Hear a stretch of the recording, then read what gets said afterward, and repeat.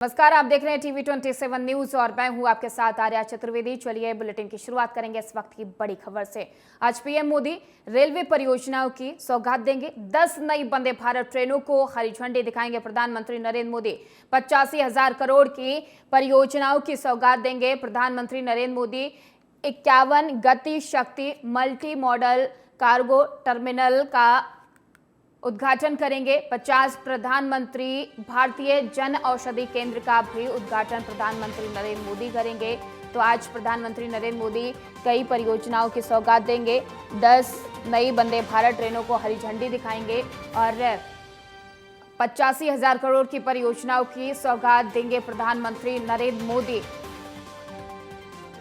आपको बता दें कि मॉडल कार्गो टर्मिनल का भी उद्घाटन प्रधानमंत्री नरेंद्र मोदी करेंगे। 50 प्रधानमंत्री भारतीय जन औषधि केंद्र का उद्घाटन प्रधानमंत्री नरेंद्र मोदी करेंगे। आज प्रधानमंत्री नरेंद्र मोदी एक बार फिर से देश की जनता को कई सौगातें देंगे। कई परियोजनाओं का लोकार्पण प्रधानमंत्री नरेंद्र मोदी की तरफ से किया जाएगा और 10 नई वंदे भारत ट्रेनों को भी प्रधानमंत्री नरेंद्र मोदी हरी झंडी दिखाएंगे। 85,000 करोड़ की परियोजनाओं की ये सौगात प्रधानमंत्री नरेंद्र मोदी आज देश की जनता को देंगे। 51 गति शक्ति मल्टी और 50 प्रधानमंत्री भारतीय जन औषधि केंद्र का उद्घाटन प्रधानमंत्री नरेंद्र मोदी करेंगे। आज प्रधानमंत्री नरेंद्र मोदी रेलवे परियोजनाओं की सौगात देंगे। 85,000 करोड़ की ये सौगातें प्रधानमंत्री नरेंद्र मोदी की तरफ से जनता को दी जाएंगी। 10 नई वंदे भारत ट्रेनों को भी प्रधानमंत्री नरेंद्र मोदी हरी झंडी दिखाएंगे। तो आज प्रधानमंत्री नरेंद्र मोदी देश की जनता को कई सौगातें देंगे। कई 10 नई वंदे भारत ट्रेनों का उद्घाटन उनकी तरफ से किया जाएगा। 85,000 करोड़ की परियोजनाओं की सौगात प्रधानमंत्री नरेंद्र मोदी देंगे। प्रधानमंत्री नरेंद्र मोदी रेलवे स्टेशन पर 50 प्रधानमंत्री भारतीय जन औषधि केंद्र की राष्ट्र को समर्पित करेंगे और ये केंद्र लोगों को सस्ती और गुणवत्तापूर्ण जेनेरिक दवाएं प्रदान करेंगे।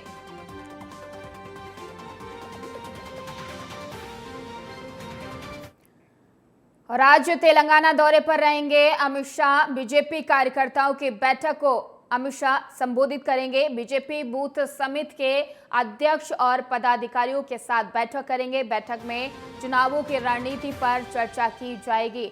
तो आपको बता दें कि अमित शाह आज बैठकों में चुनाव की रणनीतियों पर चर्चा करेंगे और ये दौरा काफी अहम माना जा रहा है। पदाधिकारियों की बैठक में गृह मंत्री अमित शाह शामिल होंगे। आगामी लोकसभा चुनाव को लेकर यह बैठक की जा रही है। आज तेलंगाना दौरे पर गृह मंत्री अमित शाह रहेंगे। यहां पर बैठक की जाएगी। बीजेपी कार्यकर्ताओं की बैठक को संबोधित करते हुए बूथ स्तर तक के कार्यकर्ताओं को मजबूत करने की कोशिश उनकी तरफ से की जाएगी। यहां पर बूथ समिति के अध्यक्ष और पदाधिकारियों की ये बैठक है और इस बैठक में गृह मंत्री अमित शाह शामिल होंगे। साथ ही आगामी लोकसभा चुनाव को लेकर जनता को और कार्यकर्ताओं को जीत का मूल मंत्र उनकी तरफ से दिया जाएगा। यहाँ पर बूथ स्तर के जो कार्यकर्ता हैं वो भी इसमें शामिल होंगे।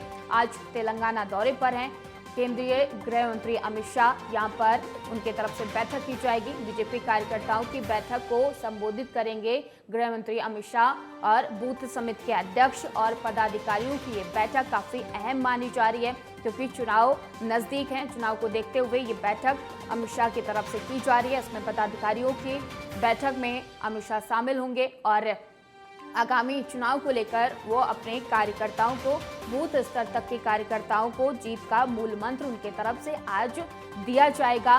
ये बैठक तेलंगाना में जो है काफी अहम मानी जा रही है। तेलंगाना दौरे पर हैं गृह मंत्री अमित शाह और यहाँ पर बूथ समिति के अध्यक्ष और पदाधिकारियों की एक बैठक का आयोजन किया गया है। इस बैठक में गृह मंत्री अमित शाह शामिल होंगे। बैठकों में तमाम चीजों को लेकर मंथन किया जाएगा। आगामी चुनाव को लेकर मंथन की जाएगी और बूथ स्तर तक लेकर तमाम कार्यकर्ताओं को मजबूत करने की कोशिश उनके तरफ से की जा रही है और आगामी चुनाव को लेकर ये बैठक की जाएगी। और आज बुलंदशहर दौरे पर रहेंगे CM Yogi Adityanath. New Khurja junction पर पहुंचेंगे सीएम योगी आदित्यनाथ। जंक्शन से मालगाड़ी को सीएम योगी आदित्यनाथ रवाना करेंगे। लोकसभा चुनाव को लेकर वो जनता को संबोधित भी करेंगे। तो बुलंदशहर दौरे पर रहेंगे सीएम योगी आदित्यनाथ। यहां पर न्यू जंक्शन पे पहुंचकर, खुर्जा न्यू जंक्शन पर पहुंचकर मालगाड़ी को रवाना करेंगे और इसके साथ ही लोकसभा चुनाव को लेकर जनता को संबोधित भी करेंगे। तो ये इस वक्त की बड़ी खबर हम आपको बता रहे हैं।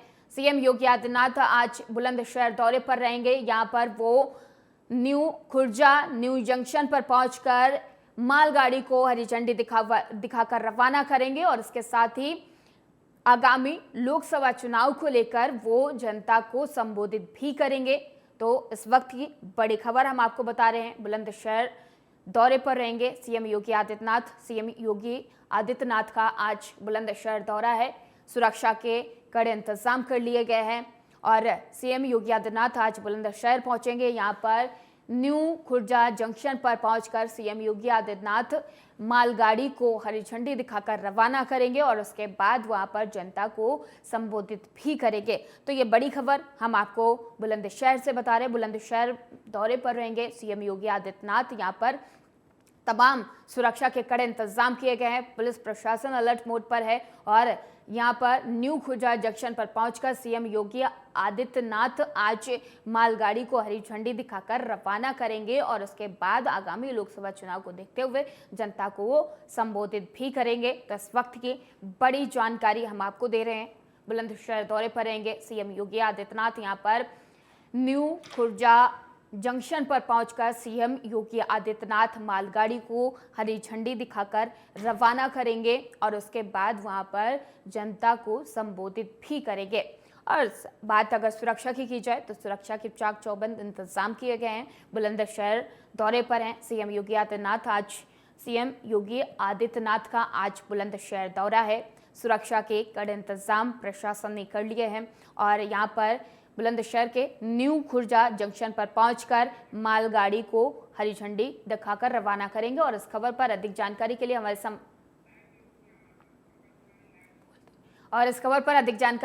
साथ हमारे संवाददाता पंकज हमारे साथ जुड़ चुके हैं। पंकज, आज बुलंदशहर दौरे पर हैं सीएम योगी आदित्यनाथ। क्या कुछ तैयारियां की गई हैं, क्या कुछ अधिक अपडेट है?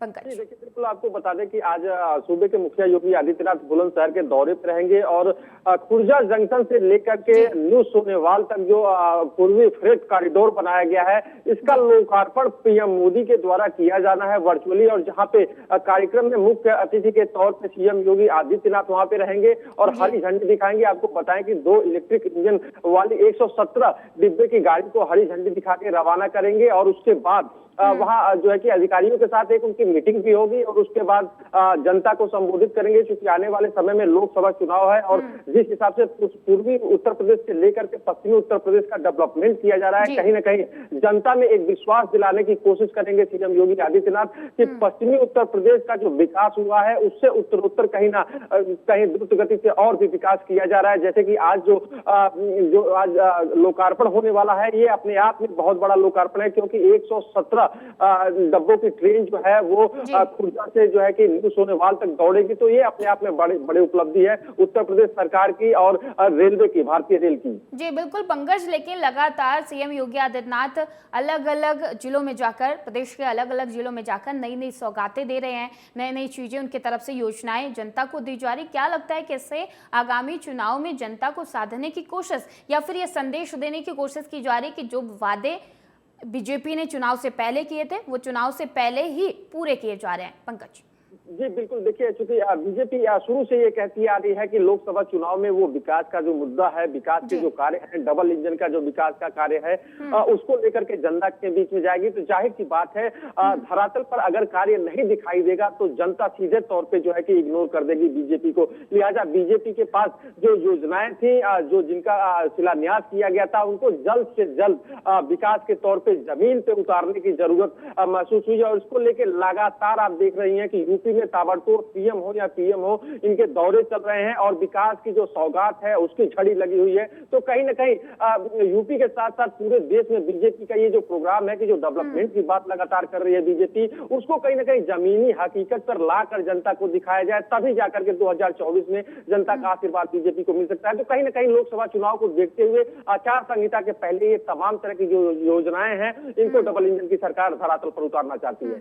बिल्कुल पंकज, लगातार बीजेपी की तरफ से हर वर्ग को साधने की कोशिश की जा रही, चाहे फिर वो महिलाओं की बात कर ली जाए, 100 रुपए सिलेंडर में कम करना हो, या फिर युवाओं की बात कर ली जाए, किसानों की बात कर ली जाए, तो बीजेपी हर वर्ग को साधने की कोशिश कर रही है। क्या इसका आगामी चुनाव में और भी अधिक फायदा बीजेपी को मिल सकता है पंकज? जी देखिए, बिल्कुल आपको बता दें कि जिस हिसाब से बीजेपी अपना प्रोग्राम और अपना रोड मैप बना के चल रही है, जो ब्लू प्रिंट तैयार किया है, उस ब्लू प्रिंट के सहारे कहीं ना कहीं 2024 फतह करने की बात कर रही है। और 2024 में 400 पार की जो बात कर रही है, कहीं ना कहीं युवाओं को, महिलाओं को और साथ ही साथ जो है कि जो जातिगत समीकरण है उसको बेहतर तरीके से अपना करके चल रही है। आपने देखा होगा जो अभी राज्यसभा चुनाव के लिए जो प्रत्याशी जो उतारे गए थे, या फिर यूपी में देखा जाए तो एमएलसी के लिए जो प्रत्याशी उतारे गए हैं, या फिर युवाओं के लिए रोजगार की जो बात हो, मोदी की गारंटी की जो बात हो, ये तमाम तरह की चीजें जो है ये चीजें सीधे ब्लूप्रिंट में शामिल है बीजेपी के। और इसको लेकर के जनता के बीच में जाना कहीं ना कहीं फायदा पहुंचाएगा बीजेपी को, क्योंकि समाजवादी पार्टी को अगर जो देखा जाए तो पीडीए की लगातार बात करिए, पीडीए परिवार के बढ़ाने की बात करिए, लेकिन कहीं ना कहीं बीजेपी का जो समीकरण है, चाहे वो अल्पसंख्यक वर्ग को लेकर, पसमानता मुस्लिम वर्ग को वोट बैंक को लेकर के हो, या फिर पिछड़े वर्ग को लेकर के हो, जिस हिसाब से एनडीए में भागीदारी मिली है, बाकी अन्य छोटे जो क्षेत्रीय पार्टियां उनको, उनके लिए जो काम किया जा रहा है, कहीं ना कहीं इसका सीधा सीधा फायदा जो है कि एनडीए को मिलेगा, बीजेपी को। ठीक है पंकज, आप हमारे साथ बने रहिए, अगली खबर पर आपका रुख करेंगे। और सीएए की नोटिफिकेशन केंद्र सरकार ने जारी कर दी है। आपको बता दें कि राजधानी लखनऊ में पुलिस बल अलर्ट मोड पर आ गया है और एडीसीपी सेंट्रल मनीषा सिंह के साथ पुलिस बल ने पैदल मार्च किया है। तो सीएए को लेकर लगातार प्रशासन अलर्ट मोड पर है। तो हमारे साथ हमारे संवाददाता पंकज बने हुए हैं। पंकज, सीएए को लागू कर दिया गया है, सुरक्षा के कड़े इंतजाम किए गए हैं, क्या यही वजह है कि पिछले साल जब 2019 में जो तस्वीरें निकल कर आई, सीएए का जैसे ही ऐलान होता है उसके बाद दंगे होते हैं, अलग अलग तस्वीरें सामने निकल के आती हैं, तो इस बार वो तस्वीरें ना दोहराई जाएं, यही वजह है कि प्रशासन को अलर्ट मोड पर किया गया है पंकज? जी देखिए, सीए का नोटिफिकेशन जैसे ही जारी हुआ, आपको बता दें कि उत्तर प्रदेश के सभी 75 जिलों को अलर्ट मोड पे रख दिया गया। डीजीपी प्रशांत कुमार ने कहा कि सुरक्षा के जो इंतजाम है उसको और कड़े किए जाएं, ताकि कहीं से कोई अप्रिय घटना ना घटे, कहीं से किसी तरह के दंगे की खबर ना आए। हालांकि राजधानी लखनऊ में कल अमीनाबाद सहित तमाम जो भीड़ भाड़ वाले इलाके हैं, पुरानी लखनऊ की जो इलाका है, वहां पे पुलिस के द्वारा पैदल मार्च किया गया। शांति बहाली की जो बात कर रही है यूपी पुलिस, तो कहीं ना कहीं अभी धरातल दिख रहा है, इस तरह की कोई कहीं से खबर नहीं आई है कि कहीं दंगा हुआ इस मामले को लेकर। हालांकि सरकार का सीधे तौर पे कहना है कि सीएए जो नोटिफिकेशन आया है, इसके तहत जो भारत के जो 3 पड़ोसी देश है, बांग्लादेश है या पाकिस्तान है, अफगानिस्तान है, यहाँ से जो लोग हैं, जो शरणार्थी हैं, जो जिनको भगाया गया है, हटाया गया है, जो पीड़ित होकर के भारत में शरण लिए हुए हैं और 2014 के पहले उन्होंने भारतीय नागरिकता के लिए अप्लाई किया था, उनको कहीं ना कहीं इस बिल से कि भारत की नागरिकता मिलेगी और वो भारत के नागरिक बनेंगे। इससे नुकसान किसी का नहीं होने वाला है, बशर्ते जो बाहर से पड़ोसी देश से आकर यहाँ शरणार्थी के तौर पर रह रहे हैं उनको फायदा होगा और वो भारतीय नागरिक बनेंगे। तो फिलहाल सरकार को जो अपना कहना है, वो कहना है कि तमाम तरह की राजनीतिक प्रक्रिया है वो भी आ रही है कि देश में अंदरूनी हिस्से में व्यवस्थाएं व्यवस्थित नहीं हो रही हैं और सीएए का नाम लेकर के बीजेपी कहीं ना कहीं एक चुनावी समीकरण बना रही है। तो ये समाजवादी पार्टी का कहना है। सभी पार्टियां धीरे धीरे अपनी प्रतिक्रिया दे रही है, लेकिन कहीं ना कहीं यूपी में अगर जो इसको लेकर के सुरक्षा की बात की जाए तो 75 जिलों को अलर्ट मोड पे रखा गया है।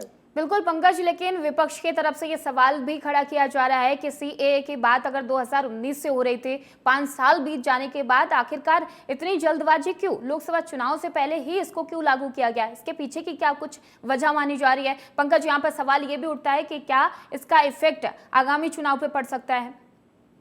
जी बिल्कुल, देखिए आपको बता दें कि ये कहीं न कहीं बीजेपी का जो बीजेपी कह रही है कि बीजेपी का ये एजेंडा रहा है कि सीएए को लागू करना है। हालांकि इसमें तमाम जो प्रक्रियाएं होती हैं उनको पूरा करना जरूरी होता है, क्योंकि जब 2019 में आपने देखा होगा जब इसकी बात हुई थी तो तमाम तरह के दंगे भड़के थे। तो कहीं न कहीं उसमें जो भी उसका कानून के तहत जो भी नियमावली बनेगी उसमें सबको एक तरह से देखा जाए तो सबको संतुष्ट करने वाली बात हो, तभी जाके वो लागू हो सकता है, क्योंकि भारत लोकतांत्रिक देश है। तो बीजेपी का एक तो ये कहना है कि ये भारतीय नागरिकों के हित में है, इससे किसी का जो देश में जो लोग रह रहे हैं उसमें किसी का नुकसान होने वाला नहीं है। जबकि सीधे तौर पे विपक्ष का जो आरोप है कि इस चुनाव के पहले एक गुफा है और बीजेपी चुनाव के पहले इसको क्यों लेके आ रही है, तो जाहिर सी बात है कि अगर जो सीएए नोटिफिकेशन जारी हुआ है तो इसमें भी कहीं ना कहीं बीजेपी का फायदा हो सकता है, क्योंकि जो सीएए के मानने वाले जो लोग थे वो वोट बैंक कहीं ना कहीं फिसलेगा और जो बाकी जिनको नागरिकता मिलेगी वो भी कहीं ना कहीं बीजेपी की तरफ अपना रुझान दिखाएंगे। जी बिल्कुल, बहुत बहुत धन्यवाद पंकज तमाम सारी जानकारी देने के लिए। और छत्तीसगढ़ दौरे पर रहेंगे CM doctor Mohan Yadav. BJP Lok Sabha core committee की बैठक में शामिल होंगे, बैठक को संबोधित करेंगे सीएम और बैठक में आगामी चुनाव को लेकर चर्चा की जाएगी। तो डॉक्टर सीएम मोहन यादव छत्तीसगढ़ दौरे पर हैं, यहाँ पर बीजेपी कोर कमेटी की बैठक में डॉक्टर मोहन यादव शामिल होंगे और आगामी चुनाव को लेकर उनके तरफ से मूल जीत का मूल मंत्र दिया जाएगा। बैठक में सीएम मोहन यादव शामिल होंगे और आगामी चुनाव को लेकर इस बैठक में मंथन किया जाएगा। इस बैठक में चर्चा की जाएगी कि आगे की रणनीति क्या कुछ हो, और छत्तीसगढ़ को साधने की कोशिश लगातार बीजेपी की तरफ से की जा रही है। और आज doctor Mohan Yadav, CM doctor Mohan Yadav Chhattisgarh दौरे पर हैं। यहाँ बीजेपी लोकसभा कोर कमेटी की बैठक है और इस बैठक में सीएम मोहन यादव शामिल होंगे और यहाँ पर आगामी चुनाव को लेकर उनके तरफ से मंथन किया जाएगा। उनकी पूरी टीम यहाँ पर पहुंच रही है, छत्तीसगढ़ पहुंचेगी, बैठक में शामिल होंगे और आगामी लोकसभा चुनाव को लेकर इस बैठक में मंथन किया जाएगा, चर्चा की जाएगी कि आगे की रणनीति क्या कुछ रहेगी। तो आपको बता दें कि छत्तीसगढ़ दौरे पर रहेंगे डॉक्टर सीएम मोहन यादव। यहां पर बीजेपी लोकसभा कोर कमेटी के बैठक में वो शामिल होंगे।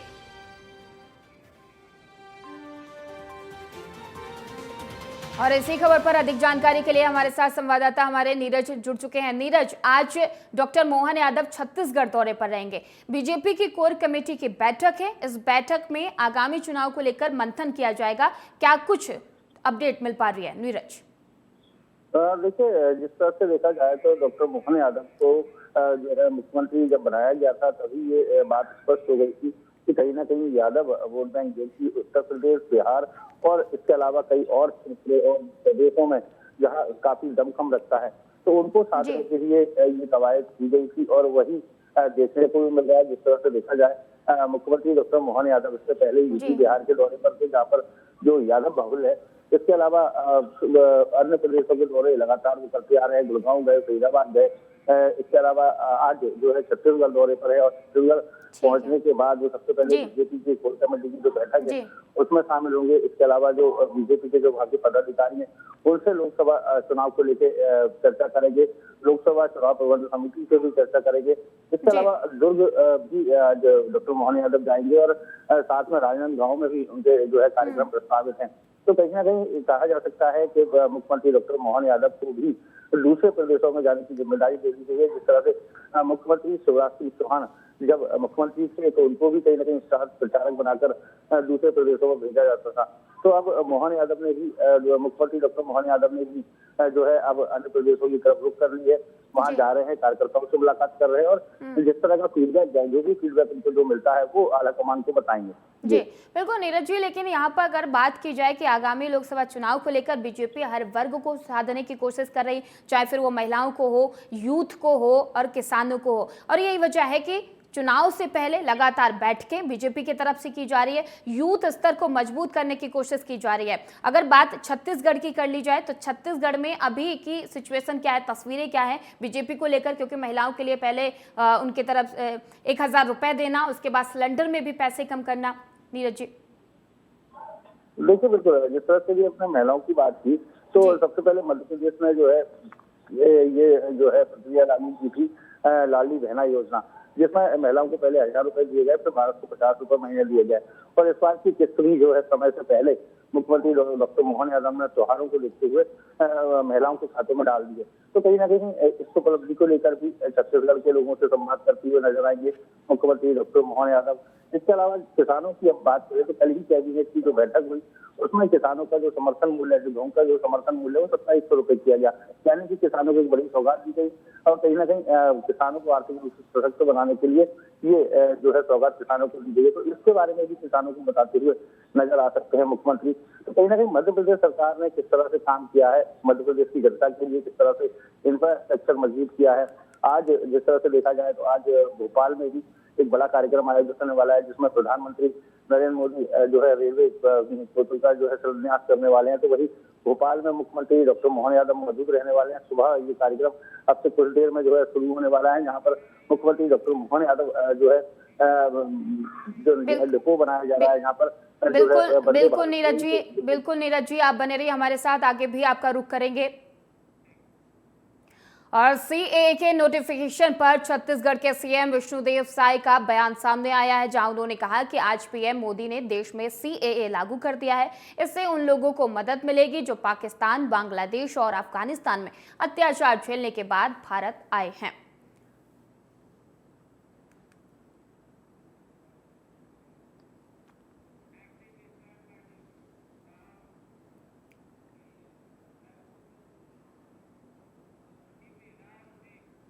रायपुर में पीएम नरेंद्र मोदी आज सुबह 8 बजे रेल मंत्रालय अंतर्गत देश के विभिन्न राज्यों में 85,000 करोड़ रुपए से अधिक लागत की लगभग 59,000 से अधिक रेलवे बुनियादी ढांचा परियोजनाओं की आधारशिला रखी और इस राष्ट्र को समर्पित किया। और इस अवसर पर रायपुर रेलवे स्टेशन पर प्रदेश के राज्यपाल विश्वभूषण हरिचंदन, मुख्यमंत्री श्री विष्णुदेव साय विशेष रूप से मौजूद रहे और इस कार्यक्रम से लगभग 670 से अधिक रेलवे स्टेशनों और अन्य स्थानों से लोग जुड़ेंगे।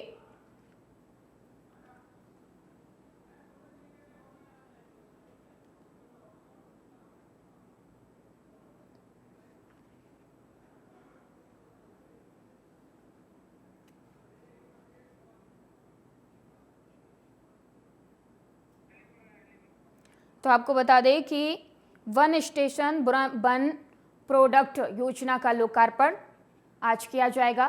प्रधानमंत्री नरेंद्र मोदी इस योजना का वर्चुअली लोकार्पण करेंगे। लोकार्पण समारोह में राज्यपाल और सीएम भी शामिल होंगे। तो आज देश में अलग अलग जगह पे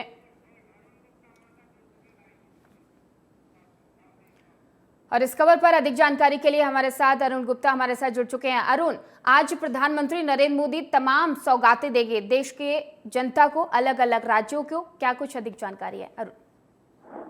बिल्कुल आर्या, आज देश के प्रधानमंत्री नरेंद्र मोदी जो है देश को जो है रेलवे परियोजना के आधार पर बहुत बड़ा सौगात देने जा रहे हैं, जहाँ छत्तीसगढ़ में जो है 85,000 करोड़ रुपए का सौगात देंगे, जहां 59,000 से अधिक रेलवे जो बुनियादी ढांचा है रेलवे का वो रखा जाएगा। ये हम टी27 जो है मौके पर मौजूद है, जहाँ सीएम विष्णुदेव साय तथा राज्यपाल आके और इसी मन से मोदी जो लाइन उनके इसी मन से जो है पूरा कार्यक्रम का आधारशिला रखेंगे, जो शिलान्यास करेंगे। बात करें अगर सुरक्षा व्यवस्था की, सुरक्षा व्यवस्था चारों तरफ चौक चौबंद नजर आ रही है। पूरी तरह से जो है पूरे छत्तीसगढ़ पुलिस की फोर्स, आरपीएफ तथा रेलवे की जो फोर्स चारों तरफ लगी हुई है। और इसमें प्रमुख रूप से जो है रायपुर माडर मंदिर अथवा तिल्दा नेवरा तथा सरगना तथा उरपुरा रेलवे स्टेशन एक साथ जो है उत्पाद स्टॉल अभी रखा जाएगा। आर्या, बिल्कुल अरुण, बहुत बहुत धन्यवाद तमाम सारी जानकारी देने के लिए। और इस बुलेटिन में इतना ही। देश और दुनिया की तमाम खबरों के लिए देखते रहिए TV27 न्यूज।